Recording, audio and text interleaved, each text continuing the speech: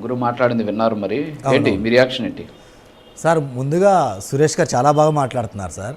పులివెందుల పులిబిడ్డని రాజీనామా చేసి ఇక్కడ అతన్ని పోటీ చేసి సురేష్ గారిని అసెంబ్లీకి పంపిస్తే మా జగనన్న కంటే బాగా మాట్లాడతారు సార్. ఫస్ట్ అది ఒకసారి ఆయన గమనించాలి.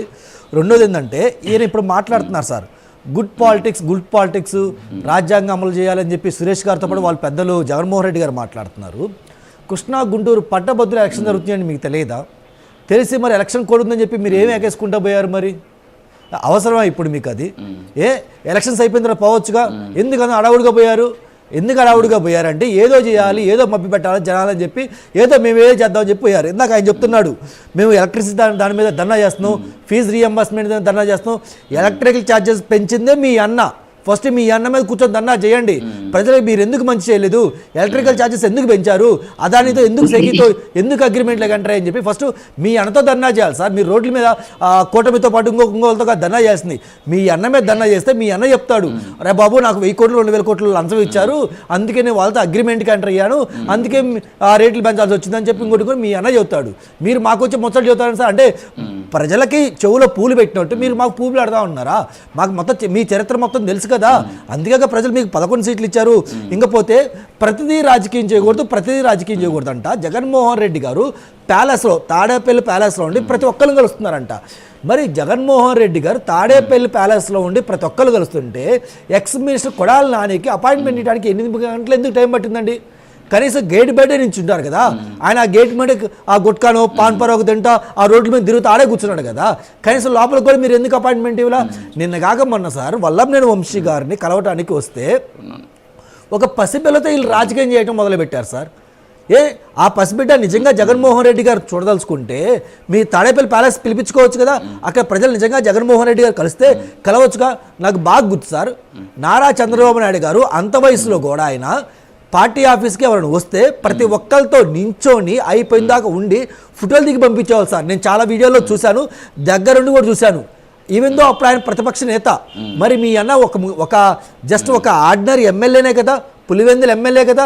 మరి నిజంగా తాడేపల్లి ప్యాలెస్కి వచ్చిన ప్రతి ఒక్కరిని కలుస్తుంటే మీరు కాంగ్రెస్ లీడర్ మర్చిపోతున్నారు, మీరు చంద్రబాబు నాయుడు గారు మీరు పొగుడుతున్నారు. మరి అంటే లేదు సార్, అక్కడ ఉంది కాబట్టి చెప్తున్నాం సార్, అది నిజం.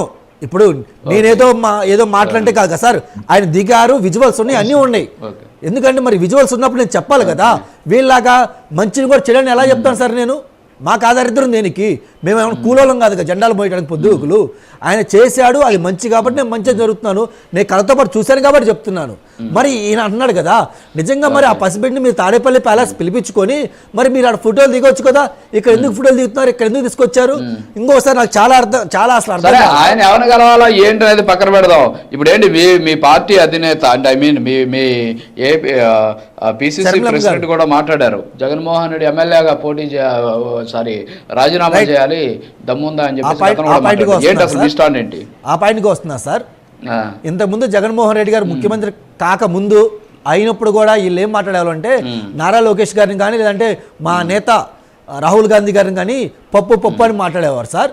ఇక్కడ ఒకటి అర్థం చేసుకోవాలి, 2014 కానీ 2019లో కానీ కాంగ్రెస్ పార్టీకి అపోజిషన్ లీడర్ లేదు సార్. లేకపోయినా రాహుల్ గాంధీ గారు అసెంబ్లీకి వెళ్ళి నరేంద్ర మోదీ అతి బలంగా ఉన్న నరేంద్ర మోదీ ఢీ కొట్టాడు సార్, క్వశ్చన్ చేశారు సార్. ప్రజలు మెప్పించి ఈరోజు ప్రతిపక్షం తెచ్చుకున్నాడు సార్. మరి మమ్మల్ని పప్పు అంటున్నారు, మరి మీ అన్న ఏంటి? మీ అన్న ఏంటయ్యా? కనీసం ఇప్పుడు మీ అన్నని పిల్ల అంటున్నారు, మీ అన్నని తుప్పు అంటున్నారు. వాళ్ళ పప్పు కాదు, మీ అన్న తుప్పు అంటున్నారు. కనీసం మీకు 11 మంది ఎమ్మెల్యేలు ఇచ్చారు కదా, మరి ఎమ్మెల్యే బాధ్యతలు ఏంది? అసెంబ్లీకి వెళ్ళి మాట్లాడటం ఒక ఎమ్మెల్యే బాధ్యత.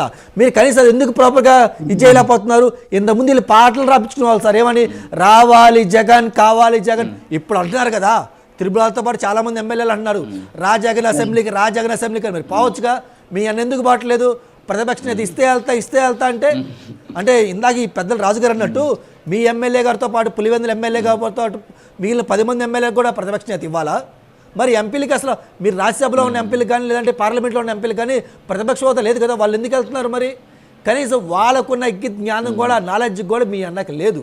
ముందు వెళ్ళి మీ అన్నకి చెప్పండి, అయ్యా మీరు ప్రతిపక్ష నేతగా లేదా ఇచ్చిన ఇవ్వకపోయినా మీరు అసెంబ్లీకి వెళ్ళండి, క్వశ్చన్ చేయండి, ఆడ పోరాడండి, ప్రజలు చూస్తారు కదా, వాళ్ళ టైం అయిపోతే ప్రజలకు తెలిసింది కదా, మీరు ఎందుకు బయటకు వచ్చి ముందే భయపడతారు? మేము ఇంతకుముందు అసలు మీ మీద వెలివేషన్లు పులి పులి పులి పులి వెలివేషన్ సాంగ్స్ రాపించుకున్నాం, సాంగ్స్ రాపిస్తే వెలివేషన్ రాదు, మేము ప్రెస్లో మాట్లాడితే వెలివేషన్ రాదు, మేము డిబేట్లో మిమ్మల్ని పులి పులి అంటే వెలివేషన్ రాదు, మీరు అసెంబ్లీకి వెళ్ళి పోరాడితే వెలివేషన్ వచ్చింది, ప్రజల్లోకి వెళ్ళి ప్రెస్ మీట్ పెట్టి విలేకరులు అడిగిన 10-20 క్వశ్చన్లకి సమాధానం చెప్తే పులిపులు అంటారు సార్. మేము మాట్లాడితే పులిపులి రాదు. అసలు ఇంకా చెప్పాలంటే వీళ్ళు మా శరణమ్మ కాలు కడిగి దండం పెట్టుకోవాలి సార్. ఎందుకంటే మా శరణమ్మ పోరాటం వల్ల, మా శరణమ్మ పాదయాత్ర వల్ల వీళ్ళు అధికారంలోకి వచ్చారు సార్.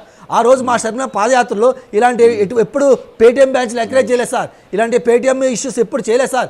నీతిగా నిజాయితీగా నిబద్ధత ఆ రోజు మా శరణమ్మ పాదయాత్ర చేసింది కాబట్టి వీళ్ళు ఈరోజు అధికారంకి వచ్చారు సార్. వీళ్ళు అధికారం రావడానికి ఎన్ని పేటీఎం కుయుతులు పడుతున్నారు, జనాలు చూస్తున్నారు, జనాలు చేదరించుకున్నారు. ఇంత దిగజారాల అధికారం కోసం అని చెప్పి నిన్నగాక మన వీళ్ళు ఎమ్మెల్యే, ఈ ఎక్స్-ఎమ్మెల్యే ఎక్స్ మినిస్టర్ అంటున్నాడు, మా జనాలు మా ఉద్యోగాలు పీకేశారు కదా, మేము పెద్ద పీకేదే ఉంది అంటున్నారు.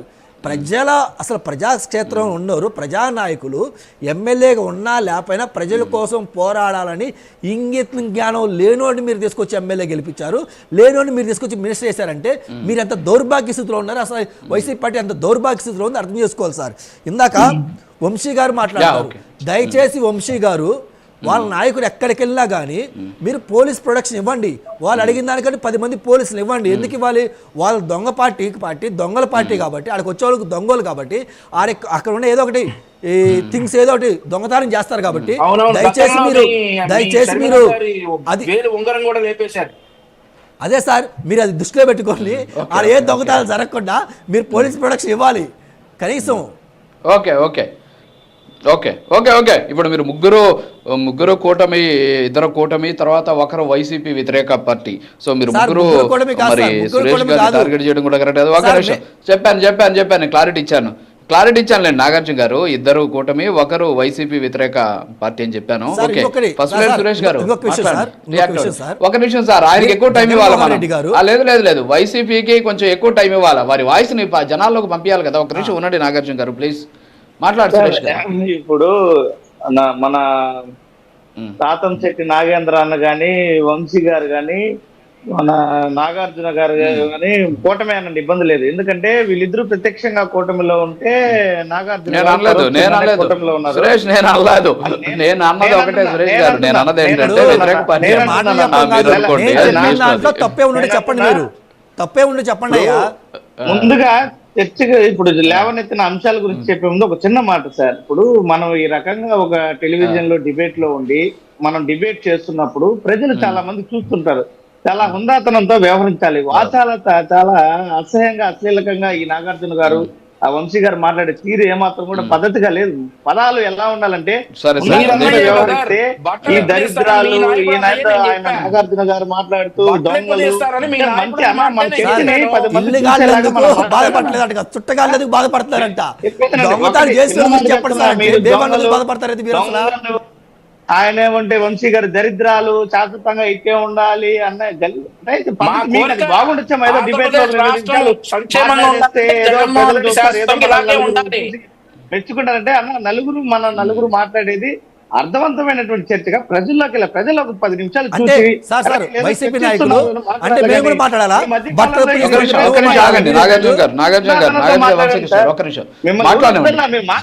విమర్శ చేయండి. విమర్శ చేసేదానికి కూడా మీ యొక్క మాట తీరు బాగుండాలి కదా. నేను అడిగేది అదే, మీరు అనండి, విమర్శించండి, విమర్శించొద్దండి అని నేను అనట్లా. కొద్దిగా హుందాతనం మెయింటైన్ చేస్తే నలుగురు మాట్లాడే మాటలు ప్రజలు చాలా స్పష్టంగా చూసేటువంటి పరిస్థితి ఉంటుంది. ఇక మీరు చేసినటువంటి విమర్శల పట్ల మీరు 11 ఏళ్ళను చేయాల్సిన అవసరం లేదు. మీకు ఆ మాత్రం కూడా లేదు. మీకు ఎడమ వైపు కుడి వైపు 2 చెంపలు చెల్లుమనిపించారు ఎప్పుడో ఆంధ్ర రాష్ట్ర ప్రజలు. మీరు దాని గురించి మాట్లాడితే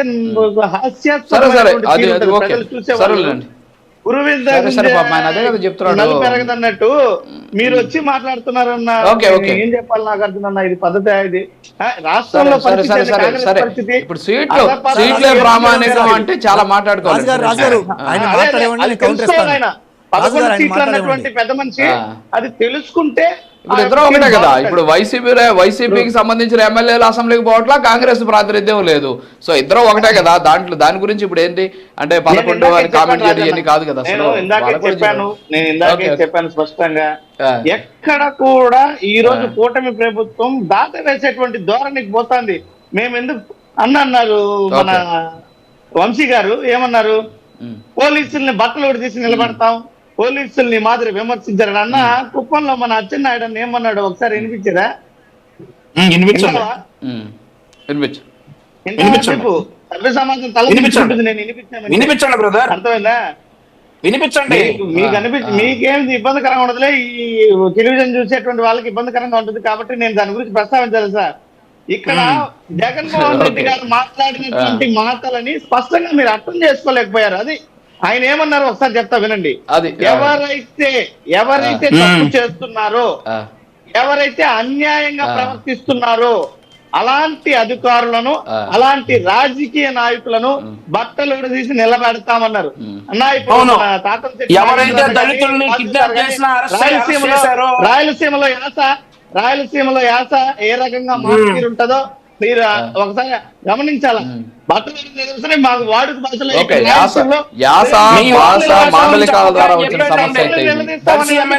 నాగేంద్ర గారు ఇది యాస ద్వారా వచ్చిన సమస్య. బట్టలు తీస్తామంటే అది యాస, అది వేరే. దానికి అర్థం ఏమొస్తుందో మరి మీరే చెప్పాలి. నాగేంద్ర గారు కూడా ఇక్కడ వాడుకంగా బట్టలు తీసి నిలబెడతామంటే అర్థం ఏంటంటే మీ తప్పులు తీసి నిలబెడతాం. మరోవైపు పోలీసు అధికారులు కాకి చొక్కాలు వేసుకొని కూడా ఈ రకంగా ప్రవర్తిస్తుంటే మీ కాకీలు విప్పుతామంటే ఉద్యోగాలు అనేటువంటి అర్థం. అంతేగాని ఎక్కడ కూడా మరి ఆయన చేస్తున్నారు అంటే తప్పు చేస్తున్నారు. ఉలికిపాట అవసరం ఎవరికంటే చేసిన తప్పు చేసిన బాధపడాలి.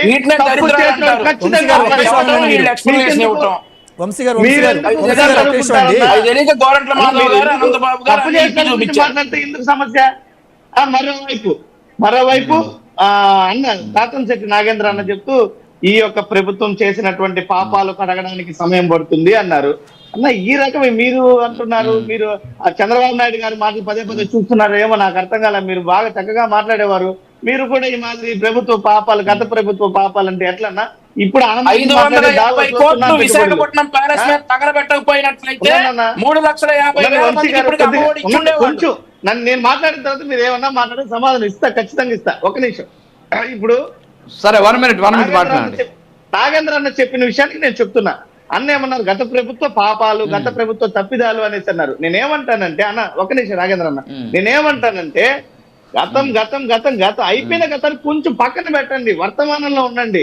ఇప్పుడు చంద్రబాబు నాయుడు గారు కూడా ఇదే రీతిలో పోయేసి ఈ ప్రభుత్వం విధ్వంసం సృష్టించింది, ఈ గత వైఎస్ఆర్ కాంగ్రెస్ పార్టీ అరాచకాలు సృష్టించింది అని పదే చెప్పడం వల్ల రాష్ట్రానికి వచ్చేటువంటి పెట్టుబడులు ఆగిపోయి 0 వచ్చింది మొన్న దావోస్ లో. ఈ రకంగా పరిశ్రమలు పారిపోతున్నాయి. మీరు చేసే దాని వల్ల ఈ ఆరోపణల వల్ల రాష్ట్రానికి మేలు జరగకపోగా మరింత చెడ్డు జరిగిపోతుంది. ఏం విధ్వంసం అన్నా ఏం నాకు అర్థంగా 2.73 లక్షల కోట్ల రూపాయలని నేరుగా ప్రజలకు సంక్షేమం అందించారు. 3 పర్యాయాలు is of the doing business లో రాష్ట్రం నెంబర్ 1 గా ఉంది. ప్రభుత్వం అధికారంలోకి వచ్చినాక జగన్మోహన్ రెడ్డి గారు మార్చిలోనే సంక్షోభం, కరోనా లాంటి విపత్కర పరిస్థితి ఎదురైంది. అయినప్పటికీ కూడా ఎక్కడ వెనుకడుగు వేయకుండా అటు సంక్షేమాన్ని ఇటు అభివృద్ధిని సమాంతరంగా బ్యాలెన్స్ చేసుకుంటూ ప్రజలకు మేలు చేస్తే ఈ రోజు మీరు వచ్చే విధ్వంసము, అరాచకము అంటే ఇప్పుడు రాష్ట్రానికి మేలు జరుగుతుందా? ఈ రకమైనటువంటి ఆరోపణలు మంచి పద్ధత? సాక్షాత్తు రాష్ట్ర ముఖ్యమంత్రి కూడా పక్క దేశాలకి, పక్క రాష్ట్రాలకి వెళ్ళి పదే ఇదే చెప్తున్నారు. ఇది ఏ రకంగా రాష్ట్రానికి మేలు జరుగుతుంది? ఈ రకంగా అరాచకాలు, విధ్వంసాలు అంటే సురేష్ గారు మాట్లాడారు సార్. మీకు 11 సీట్లు అనుండి మాకు అది కూడా లేవంటారు కదా సార్. ఇండియా మొత్తం మీద మీకుంది 11 సీట్లే సార్. ఎందుకు మీరేమన్నా ఇండియాని పాలించడానికి ఫీల్ అవుతారు? ఎందుకు మీరు అలా అనుకుంటే ఒకప్పుడు బీజేపీ కూడా 2 సీట్లు ఉన్నాయి సార్. 2 సీట్ల నుంచి బలమైన పార్టీగా మారింది. సో మేము కూడా నాగార్జున గారు మీరు అది కాదు చెప్పాల్సింది. నాగార్జున గారు మీరు చెప్పాల్సింది అది కాదండి. 11 సీట్లలో మీరు అసెంబ్లీకి వెళ్తలేదు, మాకు ఏవి లేకపోయినా మేము అసెంబ్లీకి వెళ్ళట్లేదు మీరు మాట్లాడాలా? మీరు ఏదో కన్ఫ్యూజన్ లో ఉంటున్నారు. నాగేంద్ర ఒక్క నిమిషం ఉండండి. నాగేంద్ర రియాక్ట్ అవ్వండి, టైం అవుతుంది ప్లీజ్.